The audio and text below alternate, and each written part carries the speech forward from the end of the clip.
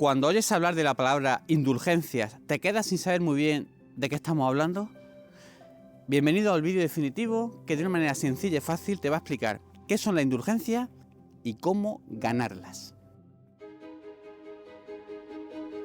¿Qué son las indulgencias? Capítulo 1. La pena del pecado. La palabra de Dios nos revela que el pecado trae consecuencias terriblemente negativas a la vida de una persona. Nosotros solemos pensar que el pecado simplemente es que hemos hecho algo que está mal. Y pensamos que algo que se queda fuera de nosotros. Bueno, cometí una mala acción, eso es un pecado. No. La Biblia nos va a decir que no solo es eso, que el pecado es un desorden que se introduce en la creación de Dios, en el plan de amor con el que Dios ha creado todo, sobre todo como nos ha creado a nosotros. Nosotros hemos sido creados para el amor, para estar en comunión de amor con Dios. Y el pecado rompe ese equilibrio. Entonces, no solamente una mala acción, sino que es que por dentro nos desordena, rompe la finalidad para la que hemos sido creados para estar con Dios. Rompe el principio que realmente hace que una persona pueda estar en paz, en gozo y en felicidad. Por eso el pecado no es solamente una mala acción, es que dentro, cuando yo peco, me rompe por dentro. Por eso el fruto del pecado, aunque al principio a veces no lo veamos, va a ser una falta de paz, de alegría, de felicidad, porque es que realmente estamos rompiendo el principio para el que hemos sido creados. Hemos sido creados para Dios, para estar con Dios. Por eso la Biblia nos va a decir que todo pecado, sea grave o sea leve, va a traer como mínimo dos consecuencias muy negativas que afectan a nuestro ser. La primera es lo que llamamos la culpa del pecado. El pecado es una culpa, porque el pecado es algo que cometemos libremente. Yo con mi libertad, responsablemente, hago algo que está mal. Y esa culpa del pecado es que yo ofendo a Dios, porque rompo su plan de amor para conmigo, para con toda la creación. Vamos a escuchar lo que enseña la fe de la Iglesia Católica a este respecto.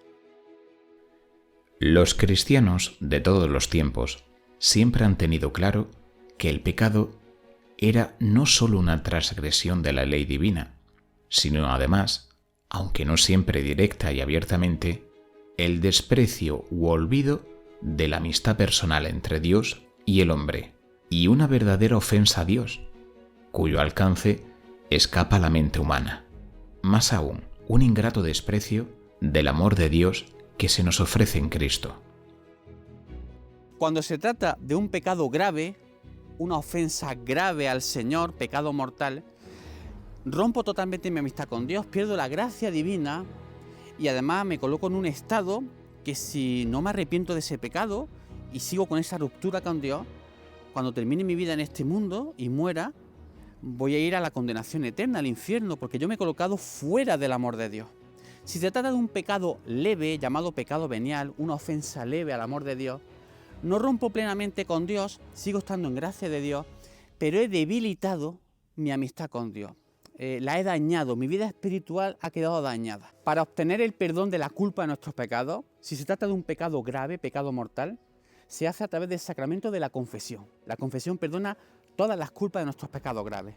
Si se trata de un pecado leve, venial, una ofensa leve al amor de Dios, no solamente se perdona mediante el sacramento de la confesión, sino que también hay otras cosas que nos lo perdonan. Por ejemplo, pedirle de corazón perdón al Señor en mi oración personal, hacer alguna buena obra, sobre todo obras de caridad hacia los demás, usar con fe y arrepentimiento el agua bendita, todas esas cosas y otras más perdonan la culpa de los pecados leves. La segunda consecuencia negativa que trae todo pecado que cometemos es lo que llamamos la pena del pecado. Y es que como el pecado ha introducido un desorden en nuestro interior, rompiendo el plan de Dios, sea un pecado grave o leve, hay necesidad de reparar ese pecado, aunque quede perdonado en cuanto a su culpa. Voy a poner un ejemplo para que se entienda. Imaginemos una persona que ha tenido mucho odio en su corazón hacia otras personas. Es un pecado grave, ha ofendido a Dios gravemente, porque Dios no nos ha creado para el odio no entra en el plan de Dios, nos ha creado por amor y para el amor. Si una persona vive de odio, odia a los demás, tiene un pecado grave, su culpa es una culpa grave. Vamos a suponer que esa persona ha vivido durante mucho tiempo con ese odio, y un día se da cuenta de que esto es un mal camino, de que no debe hacer eso, y quiere pedirle perdón a Dios, y va y se confiesa. Quiero confesar que he odiado a personas, he odiado con intensidad en mi corazón a las personas. le dan el sacramento de la confesión y se le perdona su pecado en cuanto a la culpa. Ya no tiene esa ofensa hacia Dios. Está en gracia de Dios, está en amistad con Dios. Pero el desorden que ha creado en su corazón, en su mente, en todo su ser, al odiar, ese desorden todavía está ahí. Y hay que repararlo. Esa persona necesita hacer una reparación por su pecado, porque ha quedado como muy marcado por ese odio. Ese desorden es lo que llamamos la pena del pecado. Vamos a poner otro ejemplo que se va a ver muy claro. Una persona roba algo. Yo le robo a alguien un objeto muy valioso para esa persona. Y después me arrepiento. Digo, he cometido un pecado, no lo he hecho bien. Esto no es lo que Dios quiere. He roto el plan de Dios. Dios no quiere que nos robemos unos a otros las cosas. Pido perdón por mi pecado y se me perdona la culpa del pecado. Pero tengo que reparar ese pecado. Yo he cometido un desorden al quitarle algo a alguien de manera ilegítima. Y tengo que reparar. ¿Cómo? Normalmente devolviéndoselo. Porque ahí hay un acto de injusticia, de desequilibrio en el plan de Dios que mi pecado ha traído. Tengo que reparar por ese pecado. Así vemos en la Sagrada Escritura que a veces ciertos pecados graves, aunque eran perdonados, Dios pedía que se hiciera algún tipo de reparación por ellos. Vamos a poner un ejemplo. Moisés y Aarón. Durante años van guiando al pueblo de Israel cuando sale de la esclavitud de Egipto por el desierto camino de la tierra prometida. Pero durante el transcurso de esa caminata hacia la tierra prometida, hay un momento en que Moisés y Aarón cometen un pecado. No se fían de Dios en un tema concreto, desconfían de Él, pierden fe en Dios. Y Dios entonces les dice, lo habéis hecho mal. Piden perdón a Dios y Dios les perdona el pecado, pero dice, esto va a tener una consecuencia. Y es que vosotros vais a llevar al pueblo a la tierra prometida, pero no vais a entrar en la tierra prometida. Tenéis que reparar el mal que habéis hecho. El desorden de haber roto la confianza en Dios va a tener que ser reparada de alguna forma, aunque estáis ya perdonados. Fijémonos lo que enseña la fe católica sobre este particular. Es posible, y en realidad pasa muchas veces, que aun después de que la culpa ya ha sido perdonada, quedan las penas no satisfechas o las secuelas de los pecados no purificadas. La palabra de Dios nos dice que el pecado tiene consecuencias. Vivimos en una época que se nos ha enseñado que los actos que hacemos no tienen consecuencias. Pero esto no es cierto. Lo que hacemos conlleva consecuencias. Y si yo he ofendido a Dios, he roto el plan de Dios, el equilibrio de Dios, mi equilibrio interior, porque he sido creado para algo concreto que se rompe con el pecado, pues eso trae consecuencias. Eso tengo que repararlo, eso tengo que reestructurarlo, eso tengo que de alguna manera volverlo a colocar en su equilibrio y en su orden, porque con mi pecado lo he desordenado, lo he roto todo y esto necesita ser compensado. Hay una imagen que nos puede ayudar a entender esto de manera correcta. Imaginemos una persona que ha estado durante mucho tiempo en una cárcel con grilletes, estas cadenas antiguas que se ponían, atado, ¿no? De manera fuerte, privado de su libertad. Eso podría ser como un símbolo del pecado, que en el fondo te esclaviza, ¿no? Y de repente es liberado, esa persona es liberada, como cuando uno se le perdona su pecado, la culpa del pecado. Pero aunque haya sido liberado, se le han quedado en las manos la marca de los grilletes, que va a tardar un tiempo en desaparecer. Esas heridas que no le privan ya de la libertad, esa persona ha sido liberada de esa prisión, puede moverse libremente, llevar su vida, pero tiene las marcas de los grilletes todavía. Con el tiempo van desapareciendo. Según sean más profundas, menos profundas, pues tardarán más o menos tiempo. Bueno, algo parecido pasa con el pecado. Yo cometo un pecado, se me perdona en cuanto a su culpa, pero tengo que hacer algún tipo de reparación por ese pecado. ¿Qué reparación? Pues depende del pecado. De si es un pecado más grave, más leve, si he estado mucho tiempo metido en ese pecado y por tanto estoy muy desordenado en ese pecado, como el ejemplo que hemos puesto de la persona que odia, y así, según hayan sido mis pecados, tendré que hacer más o menos reparación por ellos. ¿Cómo podemos reparar las penas del pecado? Hay varias maneras de hacerlo. Mediante el cumplimiento de la penitencia que nos mandan en la confesión, mediante obras de penitencia voluntarias tales como oraciones, ayunos, mortificaciones, soportando con paciencia las cruces y sufrimientos de esta vida, mediante obras de caridad, limosna, ayuda a necesitados, perdonar las ofensas, consolar a un enfermo, y también mediante obras de apostolado, todo aquello que hacemos para propagar el reino de Dios y el Evangelio.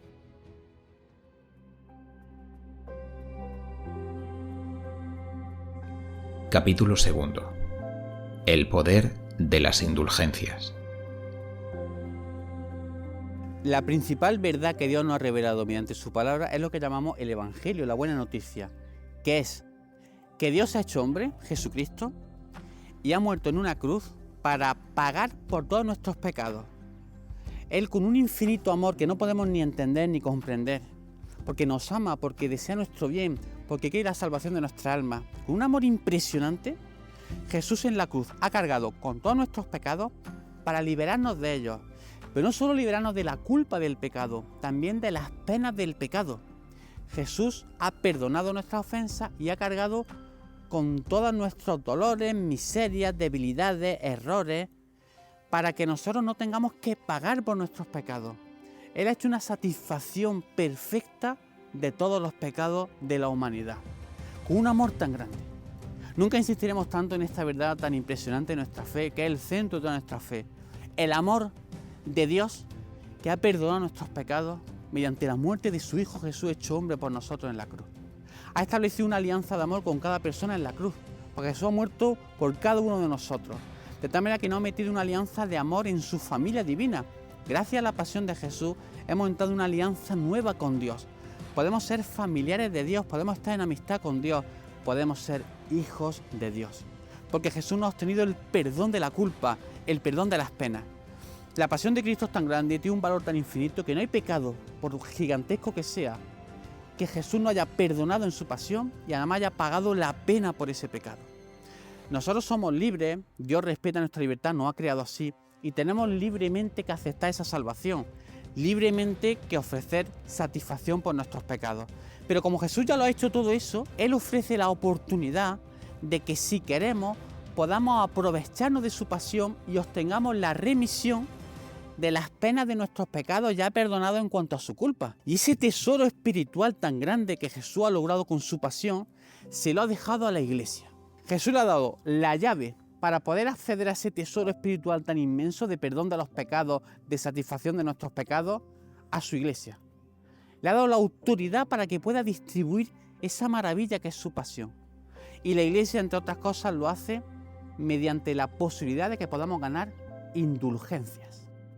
Una indulgencia es la remisión de las penas del pecado mediante el cumplimiento de unas determinadas condiciones que la Iglesia establece. Es decir, cuando ganamos una indulgencia, lo que está pasando es que la pena de nuestro pecado, eso que teníamos que hacer reparación por el pecado cometido, por el desequilibrio que hemos creado, como hemos explicado en el capítulo anterior, desaparece. Ya no tenemos que hacer esa satisfacción, porque nos estamos aprovechando de la pasión de Cristo que ya lo hizo por nosotros.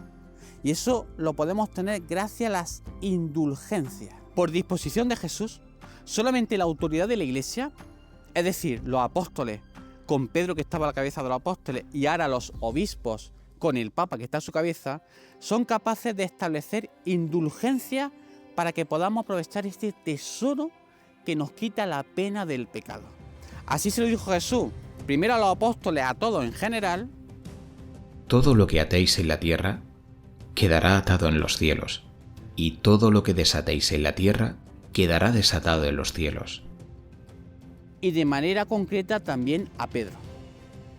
Lo que ates en la tierra quedará atado en los cielos, y lo que desates en la tierra quedará desatado en los cielos. Por eso la Iglesia ha establecido a lo largo de los siglos la posibilidad de ganar indulgencias. No nos imaginamos el grandísimo tesoro, el grandísimo bien que esto supone para nosotros y nuestra vida espiritual. Piensa lo que antes hemos explicado. Yo he tenido pecados, a veces graves, a veces durante mucho tiempo. He pedido perdón, se me han perdonado en cuanto a la culpa, pero tengo que hacer reparación por ellos. Y a veces esa reparación puede ser larga, dolorosa, porque mis pecados han sido graves. Una indulgencia me va a librar de esa reparación, me va a purificar, me va a restablecer el equilibrio. ¿Por qué? Porque la pasión de Cristo me va a dar esa gracia, esa oportunidad. Es una pena que hoy día se predique tan poco sobre el valor de la indulgencia y lo que traen a nuestra vida espiritual. Imagínate que para hacer la satisfacción de la pena del pecado, pues a veces tenemos que entrar en un proceso complicado y doloroso. Pongo el ejemplo que antes he dicho, esa persona que odiaba mucho durante años, pidió perdón, pero tiene un desequilibrio interior por tanto odio. Para hacer una satisfacción de ese pecado, quizás necesite un proceso complicado en su vida. Y si no lo hace en este mundo, cuando pasa al otro mundo, por eso existe el purgatorio. Tendrá que ir al purgatorio a purificar todas esas penas del pecado que no pudo purificar en la tierra. Bueno, pues las indulgencias lo que hacen es que te purifican de eso. Te quitan esa pena del pecado. Pensamos la maravilla tan grande, el tesoro tan increíble que supone la indulgencia en la vida espiritual de la Iglesia. La purificación espiritual que te trae una indulgencia. Y todo gracias a la pasión de Cristo, porque en el fondo la indulgencia aplica a tu vida los frutos de la pasión de Jesús. Capítulo 3. Cómo ganar las indulgencias. Existen dos tipos de indulgencias. La indulgencia parcial, que libra de una parte de las penas por el pecado. La indulgencia plenaria, libra de la totalidad de las penas por el pecado. Cualquier fiel cristiano puede ganar indulgencias, tanto plenarias como parciales, para sí mismo, o también las podemos ofrecer en sufragio por las almas del purgatorio. Ojo a esto, porque una indulgencia plenaria libraría a un alma del purgatorio y la llevaría al cielo, porque es la remisión de todas las penas que tiene que reparar por sus pecados. Qué gran acto de caridad hacia el alma del purgatorio es ganar indulgencias plenarias por ellas. Para ganar cualquier tipo de indulgencia, sea parcial o plenaria, hay que estar bautizado, hay que estar en estado de gracia, por lo menos al terminar aquello que te hace ganar la indulgencia, y hay que tener intención de ganarla, aunque sea de una manera general. Si quieres ganar una indulgencia plenaria, siempre tienes que cumplir estos 3 requisitos. 1. Exclusión de todo afecto a cualquier pecado, incluso venial. 2. Ejecutar la obra enriquecida con dicha indulgencia plenaria. 3. Cumplir 3 condiciones. Primera condición, confesarse. Segunda condición, comulgar. Tercera condición, orar por las intenciones del Papa. En cuanto a la confesión, con una sola confesión sacramental pueden ganarse varias indulgencias plenarias. La confesión puede cumplirse unos días antes o después de la ejecución de la obra prescrita. En cuanto a la comunión, para cada indulgencia plenaria se requiere una comunión. No se pueden ganar varias indulgencias plenarias con una sola comunión. La comunión puede cumplirse unos días antes o después de la ejecución de la obra prescrita. No obstante, se recomienda que se haga el mismo día en que se cumple la obra que está indulgenciada. En cuanto a orar por las intenciones del Papa, para cada indulgencia plenaria se requiere una oración por las intenciones del Papa. No se pueden ganar varias indulgencias plenarias con una sola oración por las intenciones del Papa. Dicha oración puede cumplirse unos días antes o después de la ejecución de la obra prescrita. No obstante, se recomienda que se haga el mismo día en que se cumple la obra. Esta condición se cumple si se reza por las intenciones del Papa un Padre Nuestro y un Ave María, pero se concede a cada fiel la facultad de rezar cualquier otra fórmula según su piedad y devoción. Otras cosas que hay que tener en cuenta en cuanto a la indulgencia plenaria. Solamente se puede ganar una indulgencia plenaria al día. En cambio, indulgencias parciales se pueden ganar muchas al día. La indulgencia plenaria que está asociada a un día, por ejemplo, una indulgencia que sea el 25 de diciembre, día de Navidad, se considera que se empieza a poder ganar la víspera de ese día, es decir, el día antes por la tarde. El 24 de diciembre por la tarde ya se podría ganar la indulgencia asociada al día 25, día de Navidad. La indulgencia plenaria que va asociada a un día, si la autoridad de la Iglesia traslada ese día, la fiesta de ese día, a otro día, también queda trasladada esa indulgencia plenaria. Vamos a ver algunas de las indulgencias que podemos ganar para nosotros o para las almas del purgatorio. Todas están sacadas del Manual Oficial de Indulgencia publicado por la Santa Sede en su traducción española debidamente aprobada. Se concede indulgencia parcial al fiel cristiano que, en el cumplimiento de sus obligaciones y en el sufrimiento de las dificultades de la vida, eleva su alma a Dios con humilde confianza, añadiendo, aunque solo sea mentalmente, alguna piadosa invocación. Se concede indulgencia parcial al fiel cristiano que, movido por el espíritu de fe, pone su persona o sus bienes, con sentimientos de misericordia, al servicio de los hermanos necesitados. Se concede indulgencia parcial al fiel cristiano que con espíritu de penitencia se priva voluntariamente de alguna cosa lícita y agradable. Se concede indulgencia parcial al fiel cristiano que en circunstancias particulares de la vida cotidiana dé testimonio explícito de la fe ante los demás. Algunas indulgencias plenarias. Bendición papal. Se concede indulgencia plenaria al fiel cristiano que reciba piadosa y devotamente, aunque sea solo a través de la radio o la televisión, la bendición impartida por el sumo pontífice llamada Urbi et Orbi. Esta bendición la hace el Papa el domingo de Resurrección y el día 25 de diciembre, día de Navidad. Primera comunión. Se concede indulgencia plenaria al fiel cristiano que por primera vez se acerca a la Sagrada Comunión o que piadosamente acompaña a los que se acercan por primera vez a la Sagrada Comunión. Adoración al Santísimo Sacramento. Se concede indulgencia plenaria al fiel cristiano que visita el Santísimo Sacramento para adorarlo por espacio de media hora por lo menos, o participe piadosamente en la solemne procesión eucarística, particularmente la realizada en el día del Corpus Christi, tanto si esta procesión transcurre en el interior del templo como si se realiza por el exterior. En peligro de muerte inminente. Se concede indulgencia plenaria al fiel cristiano que recibe del sacerdote al administrar los sacramentos en peligro de muerte, confesión, unción de enfermo, la bendición apostólica. Si no es posible la presencia de un sacerdote, la piadosa Madre Iglesia concede benignamente indulgencia plenaria para ganarla en peligro de muerte al fiel cristiano que esté debidamente dispuesto, con tal que éste durante su vida haya rezado habitualmente algunas oraciones. En este caso, la Iglesia suple las 3 condiciones habitualmente requeridas para ganar la indulgencia plenaria. Se aconseja usar un crucifijo o una cruz besándola, por ejemplo. El fiel cristiano podrá ganar esta indulgencia plenaria en peligro de muerte inminente, aunque en el mismo día haya ganado otra indulgencia plenaria.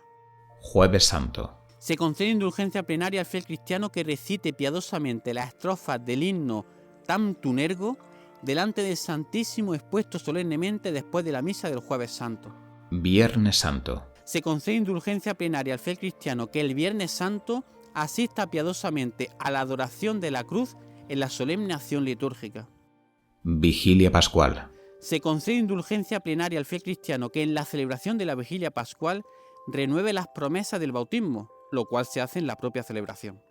Por los fieles difuntos. Se concede indulgencia plenaria aplicable solamente al alma del purgatorio al fiel cristiano que en cada uno de los días que van del 1 al 8 de noviembre visite devotamente el cementerio y haga oración por los difuntos, aunque sea solo mentalmente.